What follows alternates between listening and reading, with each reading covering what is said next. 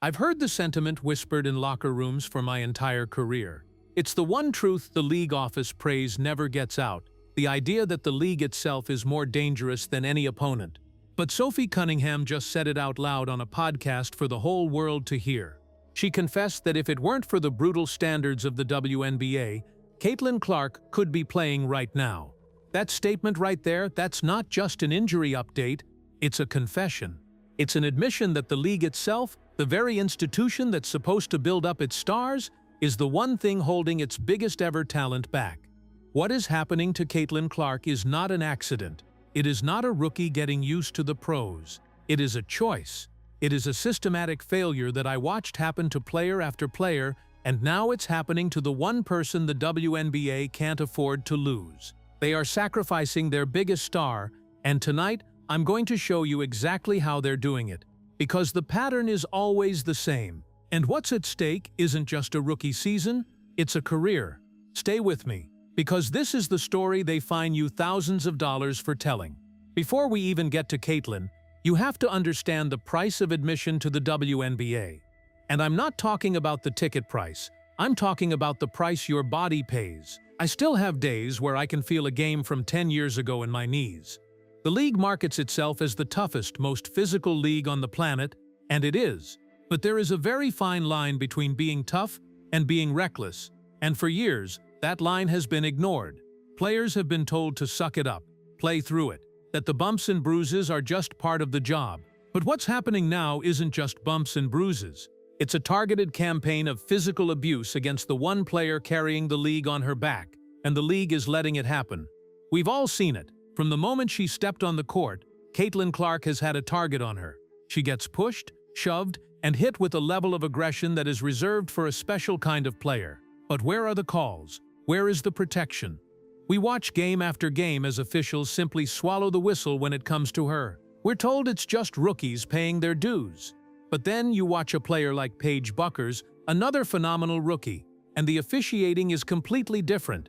Sophie Cunningham called it bubble wrap treatment. Her exact words after playing Paige were blunt, complaining that refs were giving her every frickin' whistle and that you literally couldn't touch her. So what is it? Are rookies supposed to be hazed, or are they supposed to be protected?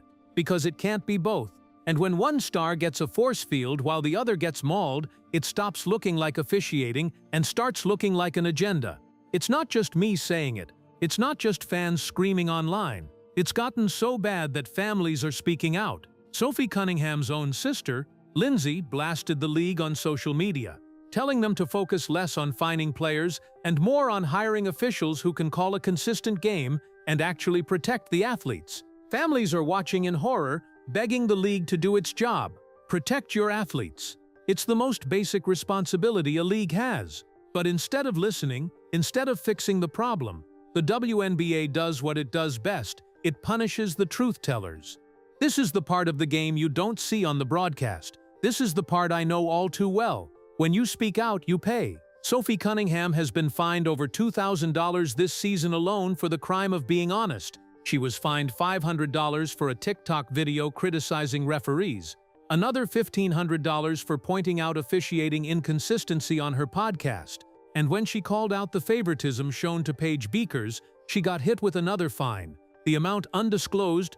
You have to understand what that means for a player. WNBA salaries aren't NBA salaries. They range from about $64,000 to just over $242,000 a year. Losing a couple $1,000s isn't a slap on the wrist, it's a significant blow. It's money you earned by sacrificing your body for their product, and they snatch it back because you dared to question them. It's the ultimate form of control. They're not just taking your money, they're telling you that your safety, your career, and your future are less important than their public image. They are buying your silence with your own money. It's a betrayal that cuts deeper than any fine. That kind of frustration is the sound of a player who has had enough. That's not jealousy. That's a cry for fairness from someone who knows the game is being manipulated. And when the league's response is to fine her instead of investigating the officials, the message is sent to every player in every locker room. Shut up or you're next. This culture of enforced silence is how they get away with the next part of the plan, the information blackout. Once a player is beaten down by the physicality and silenced by the fines, the league isolates them suddenly. Nobody knows anything. That's exactly where we are with Caitlin Clark. She's missed 24 of 37 games this season with a series of soft tissue injuries and a bone bruise, yet the official word from the league and the team is always the same, day to day. In any other major sports league, if your biggest star, the person responsible for a 55% surge in national ratings, was out, there would be daily press conferences and detailed medical updates. The NFL doesn't hide Patrick Mahomes. The NBA doesn't hide LeBron James. Because those leagues understand that transparency is critical. But in the WNBA, when it comes to Caitlin Clark, there's just a wall of silence. The most damning proof of that came from Sophie Cunningham herself. When asked for details on Caitlin's return, she admitted she was just as in the dark as the fans, confessing, "I'm not holding out any information. I just literally don't know." Stop and think about what that means. Her own teammate, the person who sees her every day, has no idea what her recovery timeline is. This isn't about protecting Caitlin's privacy. I've been in that situation. This is a league office move. You control the flow of information to control the narrative. If you admit that your most prized asset is injured because your officials didn't protect her and your league's style of play is too brutal, you admit accountability. And accountability is the WNBA's greatest fear. So instead, they black it out. They leave the fans, the media, and even their own players completely in the dark. They've turned Caitlin Clark into a ghost, hoping that if they don't talk about the problem, everyone will just forget it exists.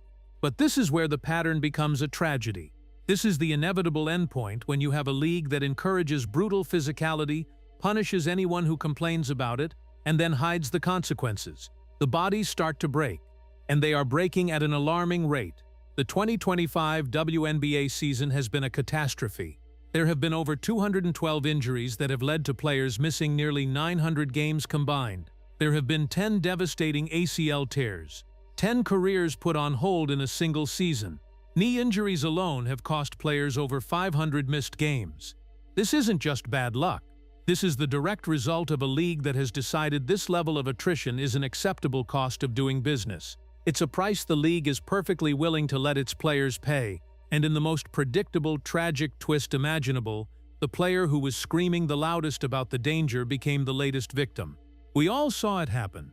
During a game against the Connecticut Sun, a collision, the way Sophie went down, clutching her knee in obvious distress. The news came later, confirming the worst, a season-ending MCL tear. The canary in the coal mine is now one of the casualties. The player who paid thousands to warn everyone this was happening is now out for the season, her body broken by the very system she exposed. You could not write a more perfect, damning indictment of the WNBA. And this is the future they have laid out for Caitlin Clark. This is the path they have her on. Use her name to sell every ticket. Use her face to get record-breaking TV deals. Celebrate the ratings that plummet by over 50% the second she's not on the floor. But when it comes time to protect her, the person generating all of this value? Silence. Let the other players beat her up. Let the refs look the other way. And if her body breaks down under the strain of it all, lock down the information and hope a new star comes along next season. It is the most cynical, destructive, and short-sighted business model I have ever seen in professional sports. They are destroying the one person who can guarantee their future. The numbers prove it. The 2025 All-Star Game viewership was down 36% from 2024 without her.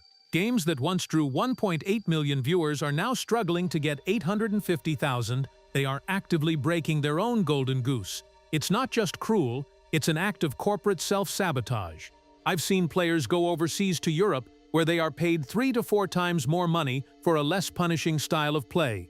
They do it to survive, to extend their careers, to escape this very system. It makes you wonder how long it will take for Caitlin to realize what Sophie already told us, that her biggest obstacle isn't her own body, but the league she plays for. Those haunting words that she could be playing right now if it wasn't in the WNBA weren't just a comment on her recovery, they were a warning, they were a prophecy. The league has made its choice. They have shown through their actions, through the no calls, the fines, and the silence, that they are willing to sacrifice Caitlin Clark. The only question left is, how long will Caitlin be willing to be the sacrifice? And from what I'm hearing from inside those locker rooms, players are getting tired of being sacrificed. A breaking point is coming. The league built this system, but it's the players who might just tear it down.